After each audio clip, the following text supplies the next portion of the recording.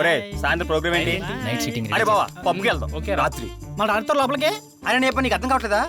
అమ్మాయిలు పబ్బులు బయట వెయిట్ చేస్తారు, పబ్బు నుండి బయటకు వస్తారా, మనం బయట వెయిట్ చేస్తాం, పటాయిస్తాం. మనం కూడా వెళ్తారా? నేను చూసుంటా కదరా. అదిరిపోయింది. బిల్డప్ ఇద్దాం, ఉమ్మేద్దాం. సో మనం పబ్బు ముందుకు వెళ్ళి అమ్మాయిలు బయటకు వస్తే సైడ్ కొట్టుదాం. అరే వస్తున్నా రాక్షసి, 9 ఏళ్ల వయసులో నర్సం కాల్చింది అది. రానివరా ఎవరైతే ఏముంది బొకే షాప్ అటువైపు ఉంది. అక్కడ సెట్ చేస్తా. పిల్లలకి ఎవరైనా బొకే తీసుకెళ్దాం. నేను సెట్ చేస్తా. అబ్బో కేదరిని తెరిస్తా మామా. కాదు మామా, మదర్ ఆఫ్ మదర్ తెరిస్తా. అబ్బో ఇలాంటి చాలా చూసాం. మెల్ల ఇలా అంటుంది, టైట్ అయిపోతాయి. హే చూడే బాగుంది కదా. మళ్ళీ పూలు ఎందుకురా? Hi madam. హలో హలో నమస్కారం అండి. నమస్తే అండి. పిల్లలు పిల్లలు హలో హాయ్. తీసుకోండి. ఎలా ఉన్నారు? స్వీట్స్ తింటారా? ఇదిగోవే తీసుకోండి.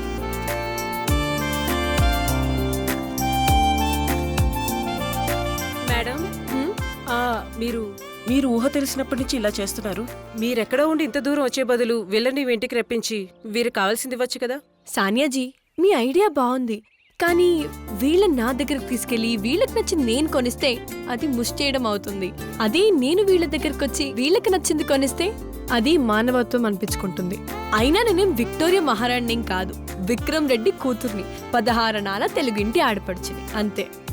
సానియాజీ మేము ఇప్పుడు బయలుదేరాలి. We have to move now. Class ఉంది, వస్తాను. బాయ్ బాయ్ బాయ్ బాయ్ చెప్పండి. బాయ్ చెప్పండి అమ్మా. మామా పిల్ల ఐస్ క్రీమ్ లాగా ఉందిరా. కప్ ఐసా కోన్ ఐసా? టేస్ట్ చూడాలి మామా. చెప్పు తెగుద్ది. ఓడి చెప్పులు చెప్పే కావాలంటే ఫ్రీగా చెప్తాడు. ఎలా ఇచ్చింది దానికి? వీళ్ళు మరీ ఓవర్ చేస్తున్నారు. వీళ్ళకి సౌండ్ తోనే ఆన్సర్ చెప్పాలి. ఎవడ్రా ఇక్కడ మదర్ తెరిసా క్యాథరిన్ తెరిసా అని కమెంట్ చేసింది? నేనే. మదర్ క్యాథరిన్ మదర్గా ఉందో బ్లడీ ఫూల్. ఇంకోసారి కమెంట్ చేస్తావా? ఉండవేనా? ఉండవే అంటావరా? నన్ను ఉండవే అంటావా? మాట్లాడు. నువ్వెంతసేపు అన్నా కొట్టక్క భరిస్తాను.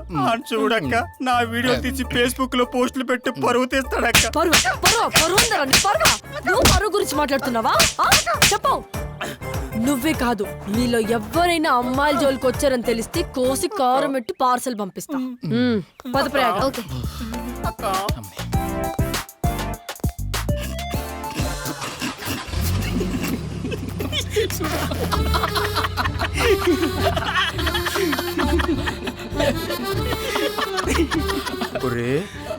దాన్ని కెలకమని చెప్పేసి మీరే నన్ను రెచ్చగొట్టి అది నన్ను కుక్కని కొట్టాడు కొడుతుంటే అలా చూస్తూ ఉన్నారేంట్రా? అంటే కొట్టింది కుక్కనే కదా సైలెంట్ గా ఉన్నావు. నేను కొడితే ఊరుకుంటారా? అదంతా కాదురా, ఆ అమ్మాయి స్కిన్ టచ్ అవ్వకుండా గ్లౌజెస్ కొట్టి చూడు, అది సూపర్ రా.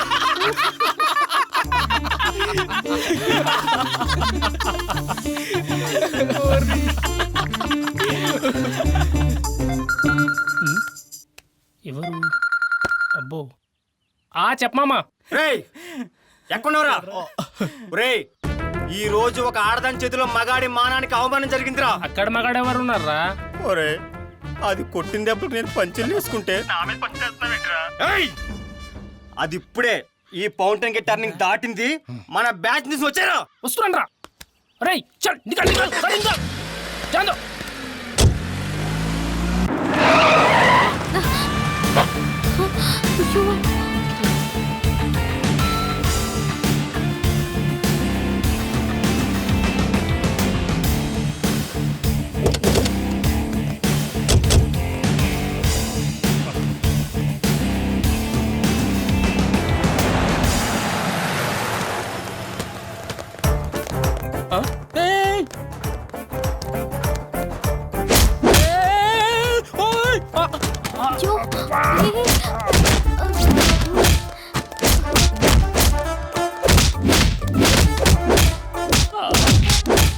వీడబ్బా ఆడది కొట్టిందని చెప్పాడు గాని ఈ చట్నీ స్కాడ్ గురించి చెప్పలేదేంటి వీడు? అబ్బా పిచ్చే కొట్టుడు కొట్టారు.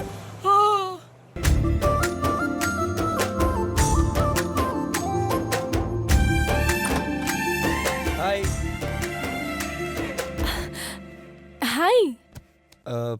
డైరెక్టర్ గారు ఒక సాంగ్ పంపారు, చాలా బాగుంది, అసలు సూపర్ ఉంది.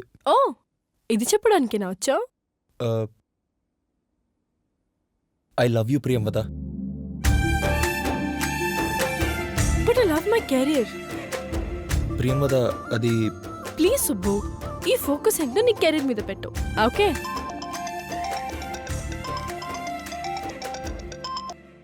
Hello sir. సుబ్బు గారు, రేపు ఉదయం మిమ్మల్ని ప్రేమవదని డైరెక్టర్ గారు కలమన్నారండి. ఓకే సార్, రేపు మార్నింగ్. ఓకే ఓకేనండి. ఓకే, ఉంటా.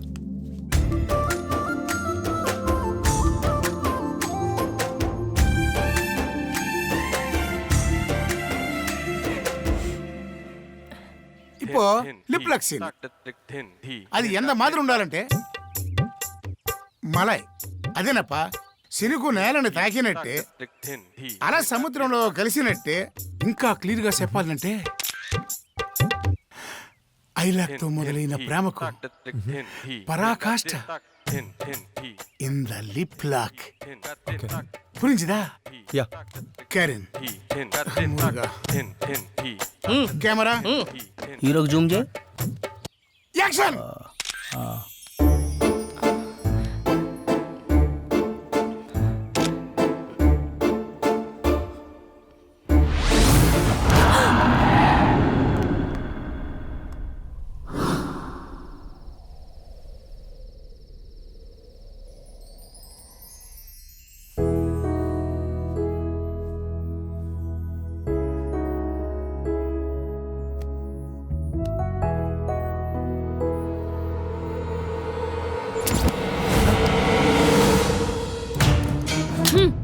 నువ్వు చచ్చావు కదా, మళ్ళీ ఎందుకు వచ్చావు?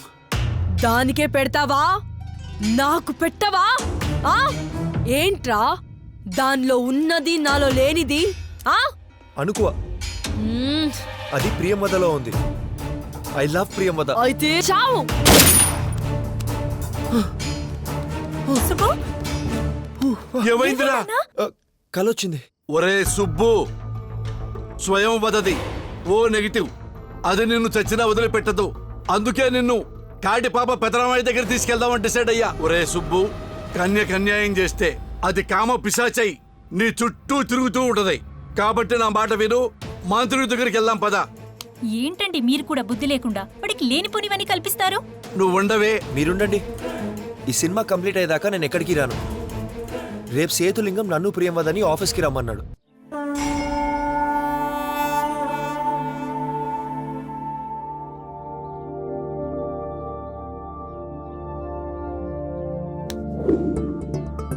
చూడు సుపత్ర, సుబ్బరాయుడు, ఈ రోజుల్లో అమ్మా నాన్నల చుట్టూ ప్రదక్షిణ చేసే కొడుకుంటాడంటే నేను అస్సలు నమ్మను. మా నాన్న మీద గౌరవంతో, అంటే మా నాన్న పేరు సుబ్బారాయుడు, అదే పేరు నీకు పెట్టుకున్నాను. దానికి నేనెంతో గర్విస్తున్నాను.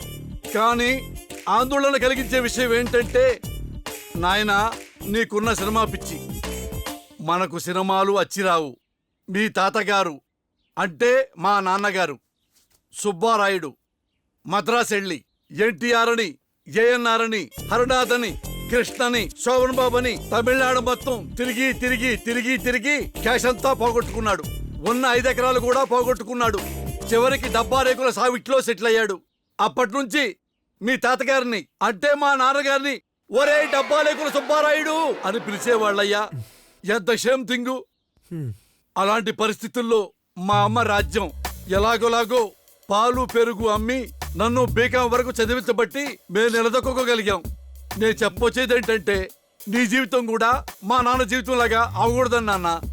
నేనేమో విక్రమ్ బినామీని, మీ అమ్మగారేమో హౌస్ వైఫ్, నువ్వేమో ఒకగానొక కొడుకువి.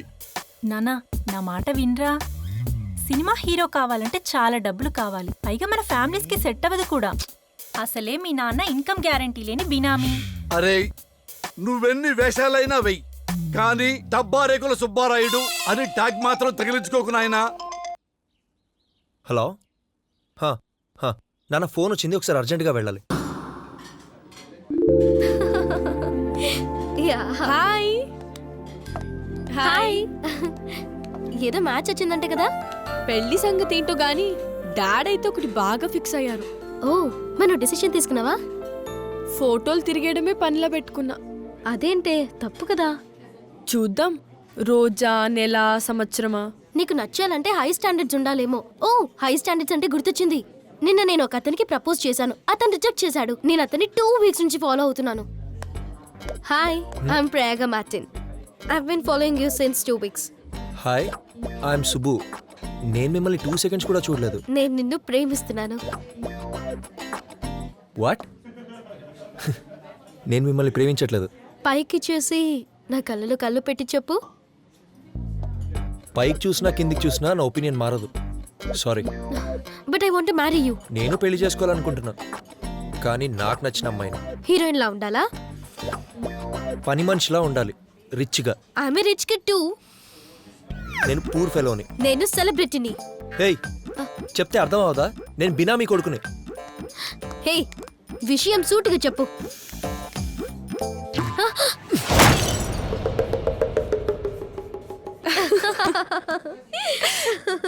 ఇంట్రెస్టింగ్. ఇంతకీ ఎవడేవాడు? Your dad's benami son. మా డాడ్ బినామీ కొడుకా? ఓ వాడా. చూద్దాం వాడి స్టాండర్డ్స్ ఎంత వరకు ఉన్నాయో.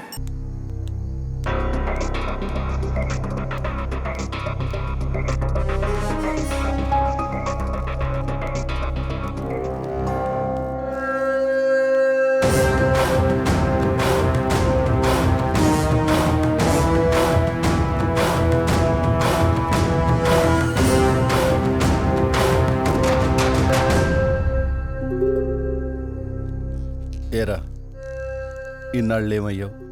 మీరు ఫారెస్ట్ వదిలి వెళ్ళిన తర్వాత ఒక స్వామీజీ దగ్గర చేరాను. ఆ మహానుభావుడే నాకు చాలా నేర్పించాడు, నాలోని మానవత్వాన్ని మేల్కొల్పాడు. మీరేదో సమస్యల్లో ఉన్నారని తెలిసింది, అందుకే కలవడానికి వచ్చాను. ఒకసారి స్వామీజీని కలవండి.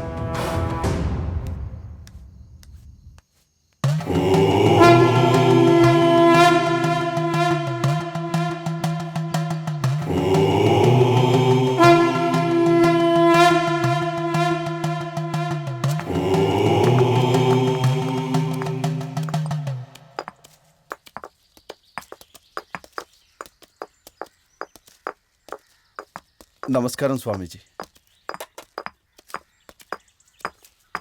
నా సమస్యని మీతో అది చెప్పుకోవడానికి ముగిసిన అధ్యాయం. జరగాల్సింది జరుగుతుంది. నే చెప్పేది విని శ్రద్ధగా ఆలకించు. తంజావూరుకి చెందిన చోళరాజ విక్రమాదిత్యుడు కళాపిపాసి. పలు దేశముల నుండి తన ఆస్థానమునకొచ్చి ప్రదర్శనలిచ్చే నాట్యకత్తెలకు వజ్ర వైఢూర్యములతో కూడిన బహుమతులిచ్చి సత్కరించెడివాడు. ఒకనాడు పాటలీపుత్రానికి చెందిన వైదేహి అనే ఉత్తరాది నాట్యమయూరాంగన ప్రదర్శించిన నాట్యం రాజుని మంత్రముగ్ధుని చేయడమే కాకుండా మోహింపజేసింది.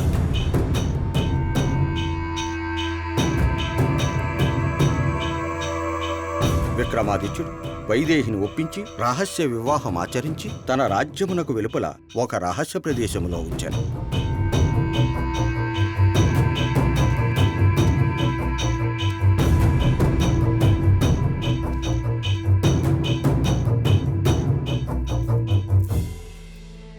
రాజుగారి పట్టపురాణి గర్భవతి అయ్యారు. అదే సమయంలో విక్రమాదిత్య వైదేహి కలయికలో వైదేహి కూడా గర్భము దాల్చెను.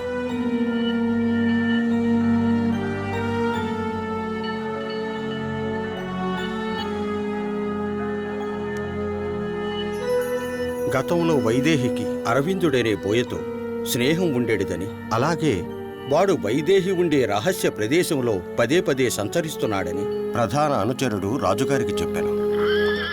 వైదేహి వైఖరి నచ్చని రాజు వైదేహిని అడవికి తీసుకెళ్లి వధించి రమ్మని సైనికులను ఆజ్ఞాపించాడు.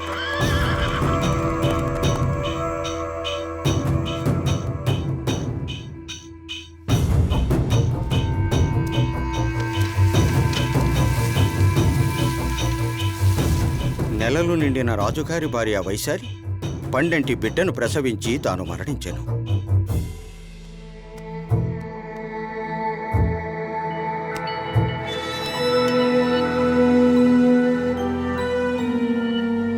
ప్రియురాలికి చేసిన ద్రోహ ఫలితముగా తన బిడ్డ తల్లి లేని బిడ్డగా మారినని రాజు గుర్తించాను.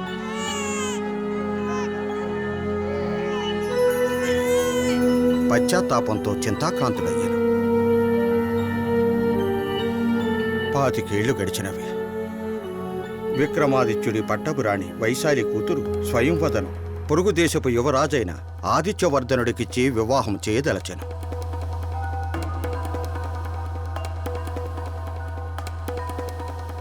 యువరాణి స్వయంవద అహంభావి అని తెలుసుకున్న కీర్తివర్ధనుడు ఆమెను తిరస్కరించెను.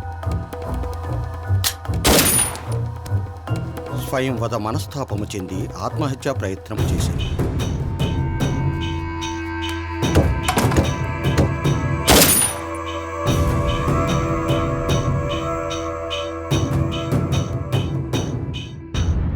ఏంటో అంత కలలా జరిగిపోయింది. Tell me mister Vikram, what's the problem? Swayamvada ప్రవర్తన చూస్తుంటే విచిత్రంగా ఉంది డాక్టర్. వస్తువుల్ని పగలగొట్టడం, పని మనిషిని కొట్టడం, అర్ధరాత్రి లేచి హర్రర్ సినిమాలు చూడడం, దీన్ని చూస్తుంటే నాకే భయంగా ఉంది. అవును సార్, నన్ను కూడా చాలాసార్లు భయపెట్టింది. మొన్న నేను వంట చేస్తుంటే వెనక నుండి వచ్చి నా చీరకి నిప్పంటించింది. ఏంటమ్మా స్వయంవద, అలా చేయడం తప్పు కదా?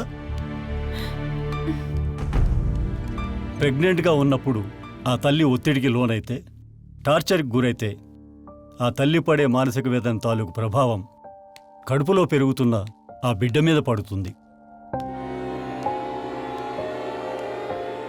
అందుకే వాళ్ళు చిత్ర విచిత్రంగా బిహేవ్ చేస్తుంటారు.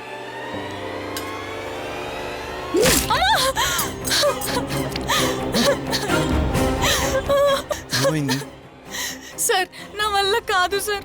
మీ ఇంట్లో నేను పని చేయలేను సార్. నేను మానేస్తున్నాను.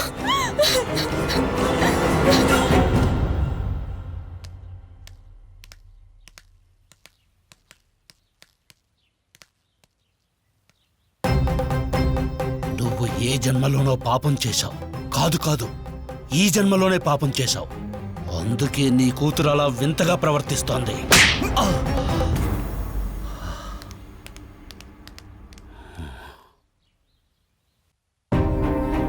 అన్ఫార్చునేట్లీ బ్లడ్ గ్రూప్ వల్ల కూడా ఇలా జరగచ్చు.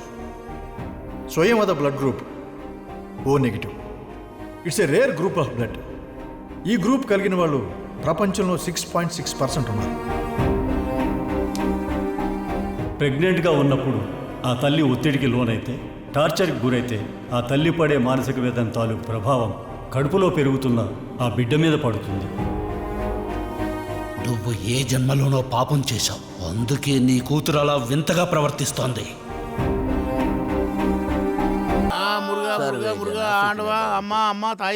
లింగం గారు, என்ன சாமி, రేపు నుంచి మీ క్యారెక్టర్ కి టోటల్ ప్యాకప్పేగా? ஆமா, இந்த தெலுங்கு படம் தான் பேக்கப். మరి நான் మామూలు డైరెక్టరా, ఇంటర్నేషనల్ డైరెక్టర్నప్ప. అటు తెలుగు, తమిళ, కన్నడ, మలయాళ, ఉర్దూ எல்லா లాంగ్వేజ్ నాను దానప్ప డైరెక్టర్. రేపు నుంచి తమిళ పడం డైరెక్టర్ చేస్తున్నాను. దానికి హీరో ఎవరో తెలుమా? విజయ్ తుపాకి, టాప్ హీరో అప్ప. తంబి, அந்த படம் బడ్జెట్ ఎంతో తెలిసిన? 500 రూపాయలు కోటి. 500 కోట్ల? ಏನప్ప అప్పుడే ఆశ్చర్యపోతావే? ನಾನು డైరెక్టర్ పడిన పడతలో అద్దా లో budget. Sir good morning sir. Good morning. Good morning. రే, మళ్ళీ ఈ కొత్త క్యారెక్టర్ ఏంటి? ఇదే కదరా నా ఒరిజినల్ క్యారెక్టర్. అయినా ఏ క్యారెక్టర్ లో సెటిల్డ్ గా ఉండనిచ్చారా నువ్వు ఆ స్వయంవద? ఆ విషయంలోనే క్లారిటీ కోసం వచ్చాను. అసలు ఈ స్వయంవద ప్రియమతల కథేంటి? ఓ అదా, నేను చెప్తాను సేతులింగం గారు. సొల్లుంగు. ఈ సేతులింగం గారు నీకు ఒక కథ చెప్పారే, ఓ రాజుగారి కథ.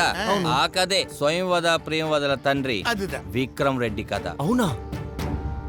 విక్రమ్ రెడ్డి చంపమని ఆదేశించిన ఆ సునంద ఎవరో కాదు, శేషేంద్ర శర్మ గారి కూతురు.